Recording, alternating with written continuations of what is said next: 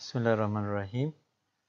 This is second lecture of this main topic, animal systematics. In first, we had discussed the character, type of character, the taxon and the clade, and the difference between taxon and clade. Briefly, we had discussed these three terms: character, taxon, and clade. Character is the basis for grouping, while taxon and clade is the group's names generally used in animal systematics.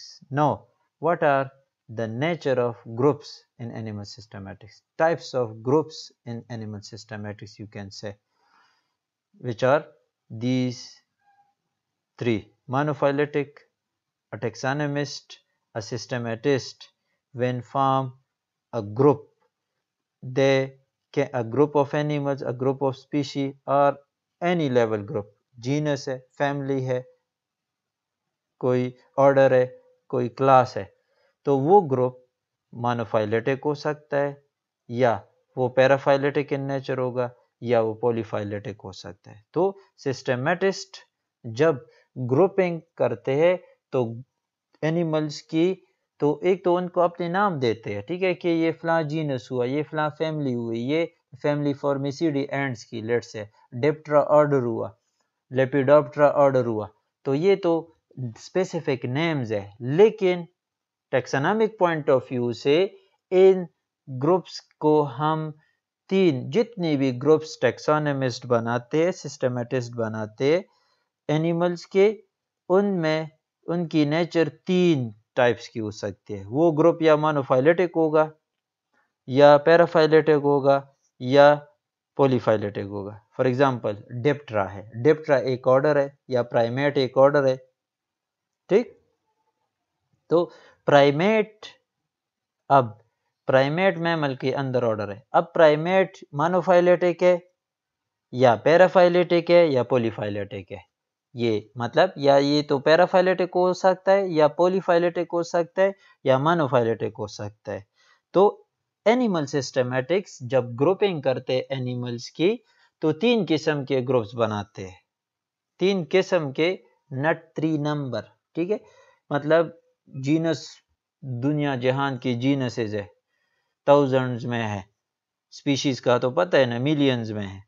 तो इस तरह families, phylums कितने हैं Animalia में? 36 phylums है, तो 36 phylum mean 36 group. लेकिन यहाँ पे हम उसकी बात नहीं करते, क्योंकि वो they are just having different names. हम evolutionary systematic point of view से बता रहे कि ये ग्रुप जो सिस्टमेटिस्ट बनाते हैं, तो या तो ये मोनोफाइलेटिक इन नेचर होगा, या पॉलीफाइलेटिक इन नेचर होगा, या पैराफाइलेटिक इन नेचर होगा। Depending on the nature of the group we can call it monophyletic, paraphyletic और पॉलीफाइलेटिक। तो यानी सिस्टमेटिस्ट ग्रुप जब बनाते हैं, तो या वो मोनोफाइलेटिक ग्रुप, फर्स्ट प्रायोरिटी पे ये मोनोफाइलेटिक ग्रुप बनाते हैं, याद रखिए फर्स्ट प्रायोरिटी पे ये, क्योंकि सबसे बेस्ट ऑप्शन है सिस्टमेटिस्ट के लिए सही क्लासिफिकेशन करवाने के लिए, दे फॉर्म मोनोफाइलेटिक ग्रुप। जब फिर नॉलेज वगैरह की कमी होती है, तो ये मजबूरन पैराफाइलेटिक ग्रुप बनाते हैं, और मजीद अगर नॉलेज बहुत कम है तो फिर पॉलीफाइलेटिक ग्रुप भी बना सकते हैं। तो फर्स्ट प्रायोरिटी पे मोनोफाइलेटिक, फिर पैराफाइलेटिक, और लास्ट में पॉलीफाइलेटिक, ठीक। तो what are these? So let's discuss it. First, the goal of animal systematics is to arrange animal into groups that reflect evolutionary relationship. The goal of animal systematics is to arrange animal into groups that reflect evolutionary. वो तो आपको पता है, animal systematist या animal systematics as a field, इसका मकसद क्या है, गोल क्या होता है, ताकि एनिमल्स को ऐसे ग्रुप्स में तकसीम करे, उनके ऐसे ग्रुप्स बनाए, सब ग्रुप्स बनाए, ताकि वो एवोल्यूशनरी रिलेशनशिप रिप्रेजेंट करे। उसमें रिफ्लेक्ट मीन कि हमें पता चले कि ये फर्स्ट एनिमल था, इससे ये 2-3 एनिमल टाइप बने, फिर उस 3 से आगे किस तरह इवोल्यूशन हुई, और वो फिर सब डिवाइड किस तरह हुआ, मतलब सब ग्रुप सब ग्रुप सब सब ग्रुप। तो ग्रुपिंग हम इसलिए ही करते, क्लासिफिकेशन इसलिए करते कि हमारे लिए स्टडी आसान हो, और सिस्टमेटिक्स का मेन गोल यही है कि हम इस एनिमलिया किंगडम की ऐसी ग्रुपिंग करे, ऐसी क्लासिफिकेशन करे जो जिस तरह ये नेचुरली इवॉल्व हुआ है, मतलब नेचर में किस तरह, यानी फर्स्ट एनिमल से अभी तक जो 1.4 मिलियन स्पीशी है, how they evolve, through which steps, how through which path, शजर नसब, फुल एनिमलिया का शजर नसब ट्रेस करे, ताकि वो एग्जैक्ट एवोल्यूशनरी रिलेशनशिप रिफ्लेक्ट करे जिस तरह नेचर में हुआ है। लेट से दो एनिमल है, हमें दिखाई सिमिलर दिखाई देते, लेकिन वो एवोल्यूशनरी पॉइंट ऑफ व्यू से एक दूसरे से बहुत दूर है, जिस तरह बर्ड्स और इंसेक्ट्स के विंग्स के बेस पे। अगर हम विंग्स के बेस पे इसको सिमिलर कर देते तो ये गलत ग्रुपिंग हुई। हम तो समझेंगे कि दोनों में विंग्स है तो ये एवोल्यूशनरी पॉइंट ऑफ व्यू से रिलेट होंगे, लेकिन नेचुरली तो ऐसा नहीं है। कहना इंसेक्ट किधर है, वो इनवर्टेब्रेट है, बहुत दूर है, उसका अपना इंसेस्टर और बहुत ज्यादा पुराना एनिमल है। और दूसरे साइड पे बर्ड्स बहुत एक लेटेस्ट वर्टेब्रेट और एनिमल है।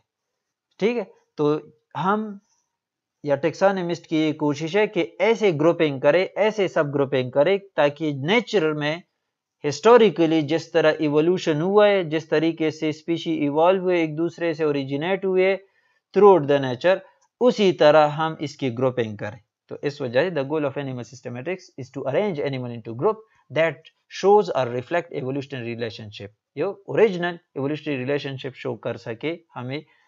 the group they fall into 3 different categories। इसके लिए जब ये ग्रुप बनाएंगे तो वो ग्रुप 3 किस्म के हो सकते हैं। ठीक है, monophyletic groups, paraphyletic groups, polyphyletic groups. ये डायग्राम की तरफ मैं आऊंगा। ठीक, शॉर्ट अगर मैं कहूँ, मोनोफाइलेटिक ग्रुप वो ग्रुप होते हैं, monophyletic groups are those groups which have a single ancestor। Monophyletic group वो ग्रुप जो एक ही एंसेस्टर से इवॉल्व हुए हो, और उस ग्रुप में वो एंसेस्टर यानी रीसेंट एंसेस्टर और उसके सारे डिसेंडेंट इंक्लूडेड हो, यानी ये टैक्सॉन 1। ये मोनोफाइलेटिक क्यों हम कहते हैं, इनका कॉमन एंसेस्टर DEGH, ये 4 स्पीशी है लेट से, और इसको हमने एक ही ग्रुप में कंसिडर किया है along with C, F and B। तो B इसका रीसेंट एंसेस्टर है, और DEGH ये सब इस लिहाज से इनका एंसेस्टर कॉमन कौन सा है, B है। तो इन सब को ये जो पर्पलिश या इंडिगो कलर या वायलेट कलर में शेडेड है, ये ग्रुप ऑफ स्पीशीज, ये monophyletic group, taxonomic group represent करता है। ठीक है, यानी लेट से हमने जीनस बनाया, इसका ये एक स्पीशी है, ये दूसरी है, ये तीसरी है, ये चौथी है, F is another, C is another and B is another.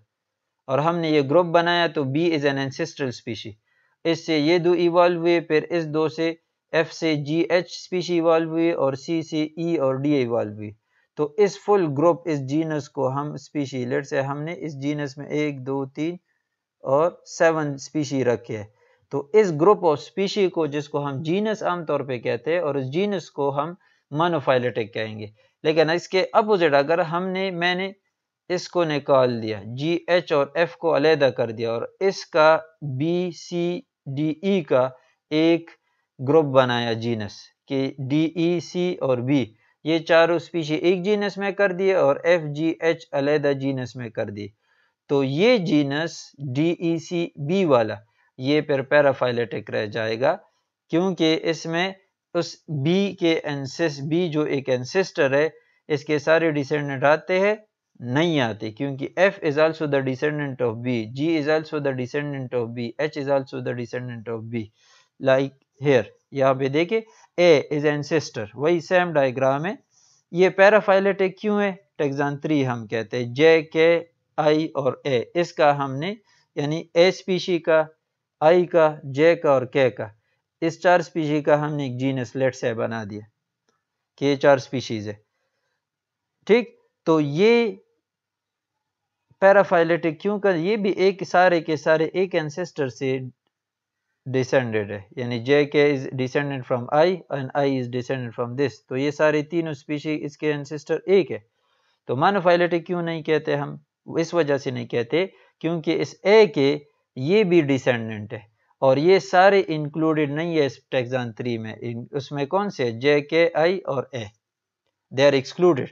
तो ऐसे टैक्सोनॉमिक ग्रुप जिसमें एक रीसेंट एंसेस्टर और उसके descendant but not all of their descendant, ठीक है, आर इंक्लूडेड, तो इसको हम पैराफाइलेटिक। मोनोफाइलेटिक में सारे के सारे एक एंसेस्टर एक रीसेंट एंसेस्टर और उसके सारे डिसेंडेंट इंक्लूडेड होंगे, ऐसे टैक्सोनॉमिक ग्रुप को मोनोफाइलेटिक कहते हैं।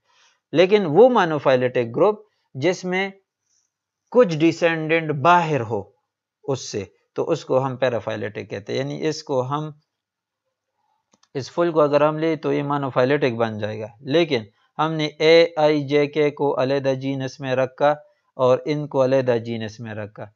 तो ये जो रेड में, ऑरेंज कलर में या पिंक शेड है, इसमें ये जीनस जो है ये क्या होगा, ये टैक्सॉन 3 जिसे हमने यहाँ पे कहा है ये पैराफाइलेटिक, क्योंकि इस ए के ये भी डिसेंडेंट है and they are not included in the taxon 3 actually. Clear हुआ? तो इस वजह से इसको पैराफाइलेटिक कहते हैं। पॉलीफाइलेटिक तो पॉली मीन मैनी एंसेस्टर। हमने ई और जी को एक जीनस में रखा है और इसकी वजह ये होती है टैक्सोनॉमिस्ट क्यों ऐसे एनिमल्स को अलहदा रखें, क्योंकि उनके पास अभी ठोस सबूत नहीं है, ज़्यादा डीप नॉलेज नहीं है, ज़्यादा अंडरस्टैंडिंग नहीं है उन दोनों के बारे में, तभी कुछ सिमिलरिटी की वजह से तो ई जी को उन्होंने एक ग्रुप में रखा है, लेकिन दे स्टिल डोंट नो कि इनका एंसेस्टर एक है या अलहदा है। तो अगर अलहदा एंसेस्टर और हमने किसी सिमिलरिटी के बेस पे उसका ग्रुप बनाए, let's say night active animals है, तो इसको हम फिर पॉलीफाइलेटिक कहते हैं। आगे हम इसको प्रॉपर अलग-अलग एक्सप्लेन कर रहे हैं। मोनोफाइलेटिक ग्रुप्स और मोनोफाइलेटिक टैक्सॉन मैंने आपको any group that has similarity between their members. Monophyletic group is one that includes a group of organism descendant from a single ancestor. एक तो जनरल, वो सारे ये पुराना डेफिनेशन है मोनोफाइलेटिक ग्रुप, वो ऑर्गेनिज्म जो एक एंसेस्टर से, वो और ग्रुप ऑफ ऑर्गेनिज्म जो एक ही एंसेस्टर से डिसेंड हुए हो, तो उसको हम क्या कहते हैं, उसको हम मोनोफाइलेटिक ग्रुप कहते हैं। यानी the group of animals that have descended from a single common ancestor, they are termed as monophyletic group. Or a monophyletic group is defined as one that include the most recent, ये proper modern definition है monophyletic group का। Monophyletic group is a group that include the most recent common ancestor. Recent word बहुत important है। क्यों important है? मतलब ये कि सारे एनिमल्स ले लो तो सब एनिमल्स का एंसेस्टर एक कंसिडर किया जाता है आमतौर पे। क्लियर हुआ? सारे एनिमल्स का हम कहते हैं कि ये सब एक ही एंसेस्टर से है, तो वो पुराना ओल्ड एंसेस्टर है। तो इस वजह से रीसेंट वर्ड जरूरी है कि हम कहे कि वो ग्रुप ऑफ एनिमल जिनमें उसका रीसेंट मोस्ट एंसेस्टर हो, रीसेंट मोस्ट कॉमन एंसेस्टर हो, यानी अभी अभी जो गुजरा हो, पुराना नहीं। तो पुराना अगर हम लेंगे तो वो तो फिर सारे एनिमल्स का एक एंसेस्टर है। क्लियर हुआ? सो वो group of animals that include the most recent common ancestor of that group of animals and all of its descendant, यानी रीसेंट एंसेस्टर हो और उसका डिसेंडेंट हो। यहां पे देखें, अगर मैं लू तो B is the recent ancestor for D E G H, ठीक है, इनका रीसेंट एंसेस्टर। ए एक और थोड़ा पुराना एंसेस्टर है, बी थोड़ा रीसेंट है, बी से फिर डी ई के लिए सी बहुत कॉमन रीसेंट एंसेस्टर है, एफ और भी रीसेंट एंसेस्टर है, ठीक है। तो इसको हम रीसेंट एंसेस्टर कहते हैं। A is the old ancestor here in this diagram, B is a little recent ancestor and then D E का कॉमन एंसेस्टर रीसेंट कौन सा है, वो फिर बी नहीं है, वो फिर सी है। जी एच का रीसेंट कॉमन एंसेस्टर एफ है, वो बी नहीं है। लेकिन डी ई और जी एच इनका रीसेंट कॉमन एंसेस्टर क्या है, बी है। लेकिन अगर हम कहें डी ई जी एच और जे के इन 6 स्पीशीज का रीसेंट कॉमन एंसेस्टर बी है, तो ये बात गलत होगी, क्योंकि they don't have B as a ancestor. है कोई लाइन यहाँ पे लिंक कर रहा है इस आई को जे के या इसको? नहीं है। तो इन 6 का फिर अगर हम रीसेंट कॉमन एंसेस्टर की बात करेंगे तो फिर वो ए है। A is the recent common ancestor of D E G H J K यानी अगर इन दोनों को भी शामिल करें, इन छह स्पीशी की बात करें तो फिर इनके लिए रीसेंट कॉमन एंसेस्टर ए है। लेकिन अगर इन चारों की बात करें तो इनके लिए रीसेंट कॉमन एंसेस्टर बी है। लेकिन अगर दो की बात करें डी ई की तो इसका रीसेंट कॉमन एंसेस्टर सी है, और जी एच की बात करें तो इसका रीसेंट कॉमन एंसेस्टर एफ है, जे के की बात करें तो इसका रीसेंट कॉमन एंसेस्टर आई है। Is it clear? तो ये बात कर रहे हैं कि monophyletic group is defined as one that include the most recent common ancestor of a group of organism and all of its descendant, सबके सब डिसेंडेंट इसमें शामिल हो, कोई डिसेंडेंट उसका बाहर ना हो। क्लियर? समझ आ रहा है? फिर ये पैराफाइलेटिक, अगर कोई एक भी डिसेंडेंट इस ग्रुप से बाहर कंसीडर करते हैं हम, then that group is not monophyletic, that will be considered as paraphyletic. Examples, well known monophyletic taxa, real में Mammalia, class Mammalia is a what? It is a monophyletic group, क्योंकि mammal का जो recent ancestor है वो एक mammal like reptile था। तो mammal like reptile जो था वो एक रीसेंट एंसेस्टर है, और उससे ये सारे जितने भी आजकल मैमल मौजूद है ये सब उस क्लास मैमिलिया में हमने रखे हैं। यानी क्लास मैमिलिया में क्या आता है? फर्स्ट मैमल और उसके बाद सारे उसके डिसेंडेंट, यानी आजकल के जितने भी मैमल है वो एक्सटेंट है या मौजूद है, ये सारे ई की एंसेस्टर जो एक मैमल लाइक रेप्टाइल था उससे ओरिजिनेट हुए। तो क्लास मैमिलिया में फर्स्ट मैमल जिसको हम एंसेस्ट्रल मैमल कहते हैं या मैमल का एंसेस्टर कहते हैं, जिसको हम मैमल लाइक रेप्टाइल्स कहते हैं, उससे सारे बाकी जितने भी आजकल के मैमल्स है ये ओरिजिनेट हुए, इवॉल्व हुए हैं, जितनी भी स्पीशीज है। ठीक है, तो सारे मैमल्स ये इंक्लूडेड है क्लास मैमिलिया में, कोई मैमल कोई अदर डिसेंडेंट इस एंसेस्टर का एक्सक्लूडेड नहीं है। ठीक है, तो इसको हम मैमिलिया को हम मोनोफाइलेटिक, क्योंकि इनका एंसेस्टर और उसके सारे डिसेंडेंट यानी सारे mammal they are included in class Mammalia. इस तरह क्लास एविस, बर्ड्स भी एक खास किस्म के रेप्टाइल से ओरिजिनेट हुए जिसको हम इसका एंसेस्टर कहते हैं, और वो एंसेस्टर और उसके सारे डिसेंडेंट आजकल के जितने भी बर्ड्स है they are the descendant of that first birds like reptile. तो उसको हम बर्ड्स का एंसेस्टर कहते हैं, जिसको general name birds like reptile कहते हैं, बर्ड्स लाइक रेप्टाइल। तो that birds like reptile is considered as ancestor, the recent common ancestor of all the birds. ठीक, तो सारे बर्ड्स और वो एंसेस्टर हमने क्लास एविस में रखे हैं। इस टैक्सोनॉमिस्ट ने ये क्लास बनाया है, क्लास एविस या क्लास बर्ड्स। इस वजह से उसको हम मोनोफाइलेटिक कंसीडर कहते हैं, क्योंकि कोई डिसेंडेंट उस बर्ड लाइक रेप्टाइल का बाहर नहीं है क्लास एविस से। सारे के सारे डिसेंडेंट उसके जो आजकल हम जनरल नेम बर्ड यूज करते हैं वो सारे के सारे they are included by the taxonomist inside the class Aves. ठीक है, ये दोनों पैराफाइलेटिक होते। अगर मैं कुछ मैमल्स इवॉल्व कर जाते और कुछ डिफरेंट हो जाते और हमने उसका अलग क्लास बनाया होता तो फिर वो भी डिसेंडेंट होते किसके? मैमल लाइक रेप्टाइल, उस एंसेस्टर ऑफ मैमल के जो फर्स्ट मैमल था, लेकिन हमने अलग क्लास उसका बनाया होता तो फिर ये मैमिलिया क्या नहीं होता, ये मोनोफाइलेटिक नहीं होता, क्योंकि सारे के सारे डिसेंडेंट उस एंसेस्टर केस में इंक्लूड नहीं होते, क्योंकि कुछ एंसेस्टर एक्सक्लूडेड होते। Paraphyletic groups, a paraphyletic group taxon. A paraphyletic taxon is one that includes the most recent common ancestor but not all of its descendants. ये डिफरेंस है, ये ऑलमोस्ट मोनोफाइलेटिक होता है, यानी इनका एंसेस्टर एक होता है, लेकिन फर्क मोनोफाइलेटिक से इसका क्या है कि उस रीसेंट कॉमन एंसेस्टर के सारे डिसेंडेंट उसके साथ इस ग्रुप में नहीं रखे होते, कुछ डिसेंडेंट बाहर दूसरे ग्रुप में रखे होते हैं टैक्सोनॉमी में। ठीक, तो इस वजह से इसको पैराफाइलेटिक कहते हैं। और a group that consists of all the descendant of a common ancestor minus one or more descendant groups, मतलब a group that consists of all the descendant of a recent common ancestor but minus subtraction, लेकिन कुछ descendant या कुछ group of descendant उसमें शामिल नहीं होते, तो ऐसे ग्रुप टैक्सोनॉमिक ग्रुप को पैराफाइलेटिक ग्रुप्स कहते हैं, पैराफाइली कहते हैं। ठीक है, पैराफाइलेटिक टैक्सॉन और group is one that include the most recent common ancestor, उसका रीसेंट कॉमन एंसेस्टर और उसके कुछ डिसेंडेंट उसके साथ पड़े हो लेकिन कुछ डिसेंडेंट बाहर हो, मतलब सारे के सारे डिसेंडेंट ये बिल्कुल मोनोफाइलेटिक ग्रुप की तरह है, लेकिन उसमें सारे के सारे डिसेंडेंट एक एंसेस्टर के पड़े होते हैं उसके साथ, और पैराफाइलेटिक में सारे के सारे डिसेंडेंट नहीं होते बल्कि कुछ डिसेंडेंट अलहदा दूसरे ग्रुप में मौजूद होते हैं। आगे एग्जांपल पढ़ेंगे तो आपको समझ आ जाएगा।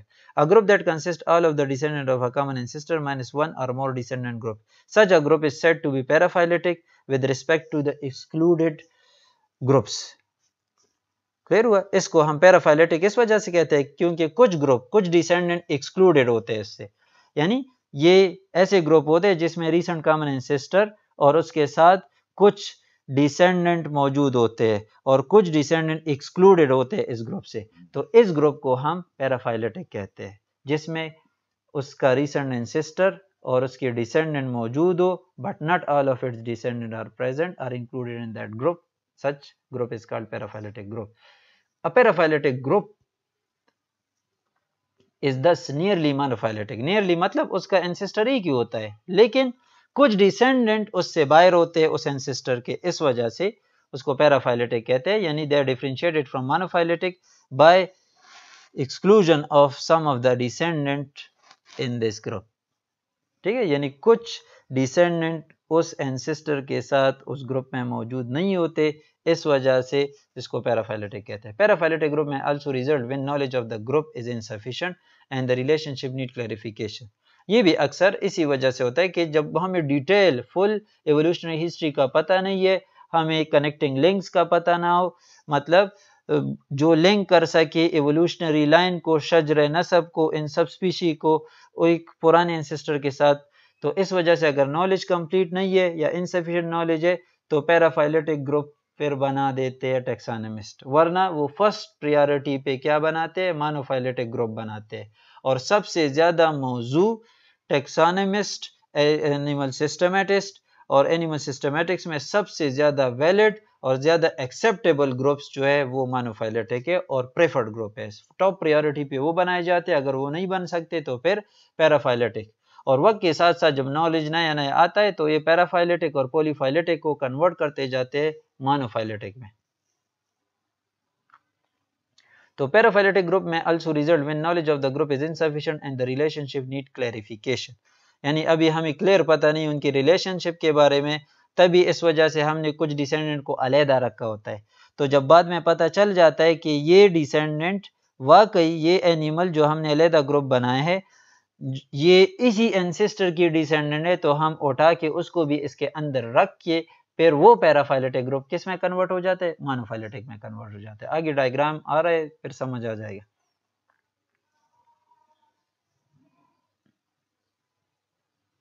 यहाँ पे देखिए इसमें टेक्सान 3 पैराफाइलेटिक है, जे के आई और ए को हमने एक ग्रुप बनाया है और इसका अलहदा ग्रुप बनाया है।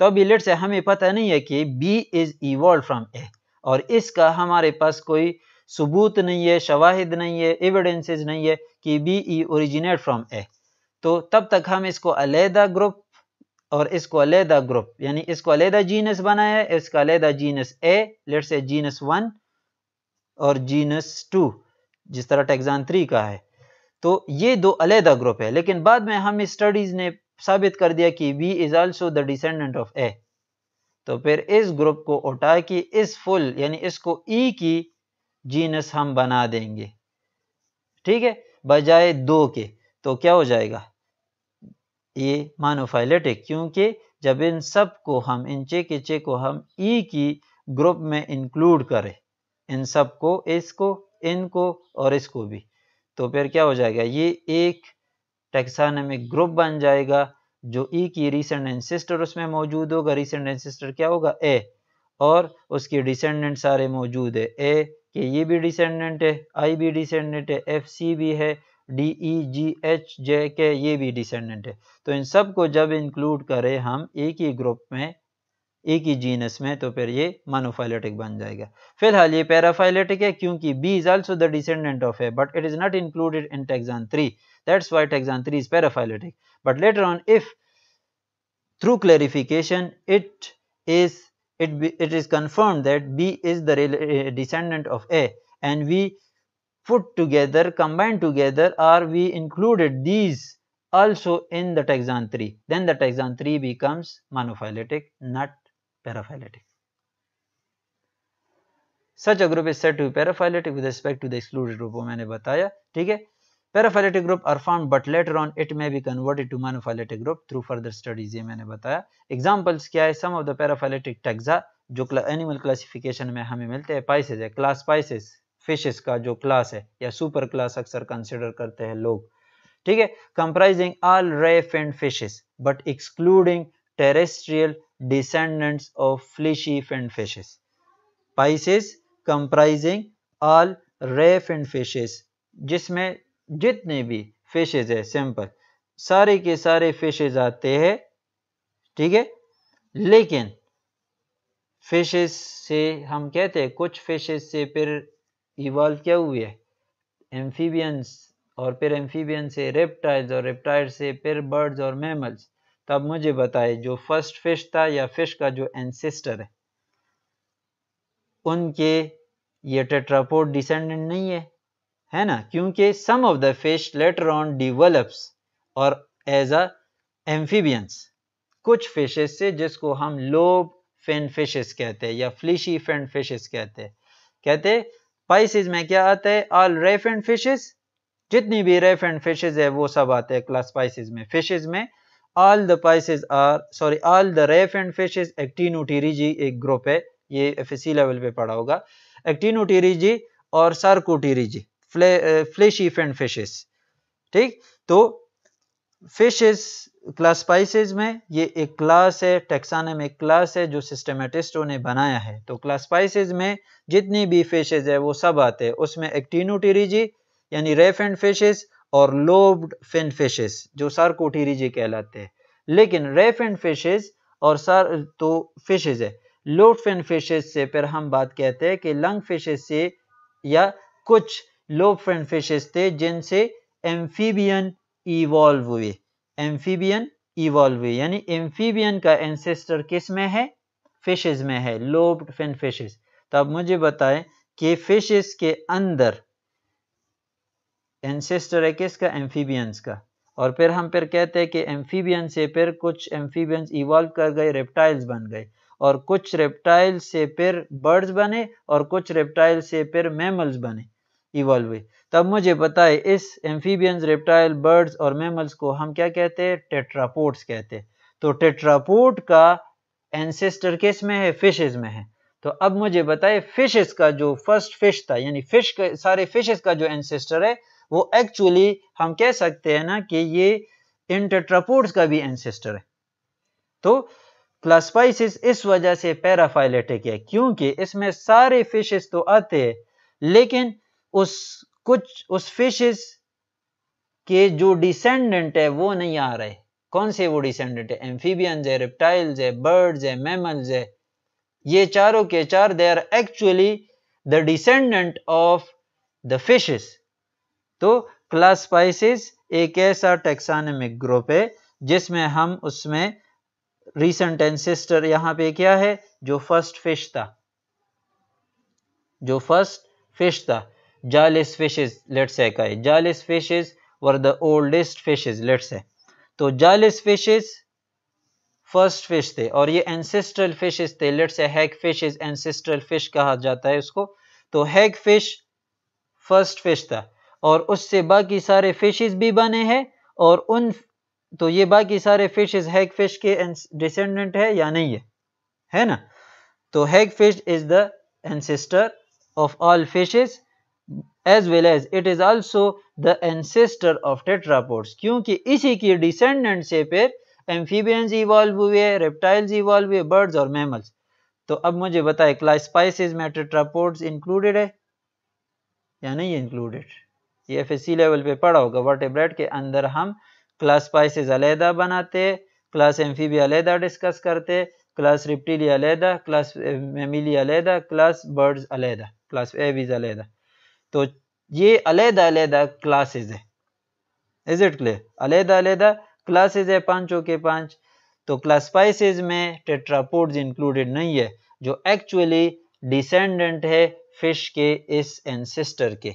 तो क्लास स्पाइसिस इस लिहाज से पैराफाइलेटिक हुआ क्योंकि ये ऐसा ग्रुप नहीं है कि उसमें इसका एंसेस्टर और उसके सारी डिसेंडेंट मौजूद हो, बल्कि इसमें इसका एंसेस्टर मौजूद है, डिसेंडेंट्स भी कुछ मौजूद है, लेकिन कुछ डिसेंडेंट बाहर अलहदा क्लासेस में रखे हैं। कौन से क्लासेस है वो? क्लास एम्फीबिया, एम्फीबियन सारे क्या है वो डिसेंडेंट है फिशेस के। इस तरह क्लास रिप्टिलिया क्या है? एम्फीबियंस के डिसेंडेंट है। तो indirectly they are all the descendants of the ancestral fish, that is hagfish, but they are not included in the class Pisces. Otherwise they are excluded from this class and included in a separate groups, class amphibia, class reptilia, mammalia and aves. So class Pisces becomes a paraphyletic group. Clear हुआ?